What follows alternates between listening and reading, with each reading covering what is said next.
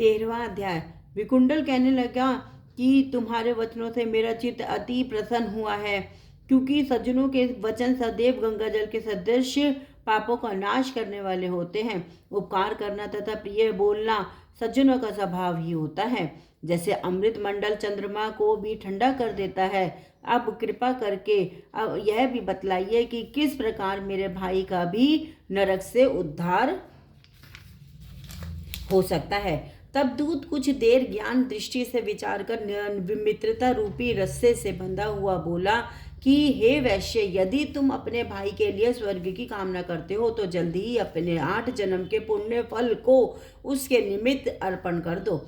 तब विकुंडल ने कहा कि हे दूत, वह पुण्य क्या है और मैंने कौन से जन्म में और कैसे किया, सो सब बतलाओ, फिर मैं अपना पुण्य अपने भाई को दे दूंगा। दूत कहने लगा कि हे वैश्य सुनो, मैं तुम्हारे पुण्य की सब कथा जानता हूँ, सब कथा कहता हूँ। पूर्व समय में मधुवन में शाल्की नाम का एक ऋषि रहता था। वह बड़ा तपेश्वरी, ब्रह्मा के समान तेज वाला, नवग्रह की तरह उसकी स्त्री रेवती के 9 पुत्र थे, जिनके नाम ध्रुव, शशि, बुध, तार, ज्योतिमान थे।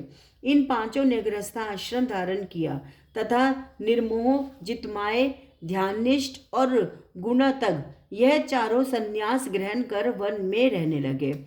यह शिखा सूत्र से रहित पत्थर और सोने को समान समझते थे। जो कोई अच्छा या बुरा उनको अन्न देता वही खा लेते, और कोई कैसा ही कपड़ा दे देता उसको ही पहन लेते।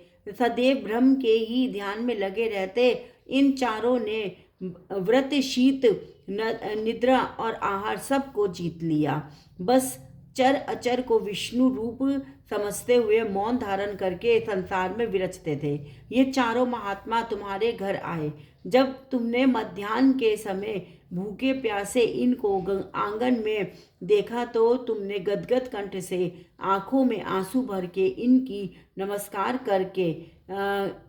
नमस्कार करके इनका बड़ा आदर सत्कार किया। इनके चरणों को धोकर बड़े प्रेम से तुम इनसे कहने लगे कि आज मेरे अहोभाग्य है, आज मेरा जन्म सफल हुआ, मुझ पर भगवान प्रसन्न हुए, मैं सनात हुआ, मेरे माता पिता, पत्नी, पुत्र, गौ आदि सभी धन्य है जो आज मैंने हरि के सदृश आपके दर्शन किए। सो हे वैश्य, इस प्रकार तुमने श्रद्धा से उनका पूजन किया और चरण धोकर जल को मस्तक से लगाया। फिर विधि पूर्वक इनका पूजन करके तुमने इन सन्यासियों को भोजन कराया। इन सन्यासियों ने भोजन करके रात को तुम्हारे घर में विश्राम किया और ब्रह्मा के ध्यान में लीन हो गए। इन सन्यासियों के सत्कार से जो पुण्य तुमको मिला सो मैं भी कहने में असमर्थ हूँ, क्योंकि सब भूतों में प्राणी श्रेष्ठ है। प्राणियों में बुद्धि वाले, बुद्धि वालों में मनुष्य, मनुष्यों में ब्राह्मण, विद्वानों में पुण्यात्मा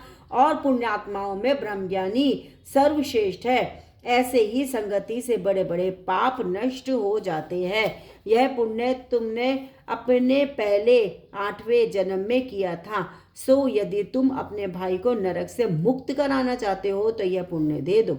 सो दूत के ऐसे वाक्य सुनकर उसने प्रसन्नचित्त से अपना पुण्य अपने भाई कुंडल को दे दिया और वह नरक से मुक्त हो गया और दोनों भाई देवताओं से पूजित किए गए।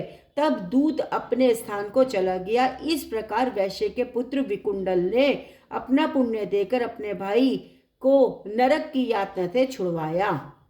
सो हे राजन, जो कोई इस इतिहास को पढ़ता या सुनता है वह 1000 गौ दान का फल प्राप्त करता है। हरे कृष्ण कृष्ण कृष्ण हरे हरे, राम राम राम हरे हरे कृष्ण कृष्ण कृष्ण हरे राम राम राम हरे महादेव हरे महादेव हरे महादेव। शेषवाय नमः शेषवाय नमः शेषवाय नमः। ओमकारेश्वर ज्योतिर्लिंग महादेव की जय। ओमकारेश्वर ज्योतिर्लिंग महादेव की जय। राधे राधे श्याम।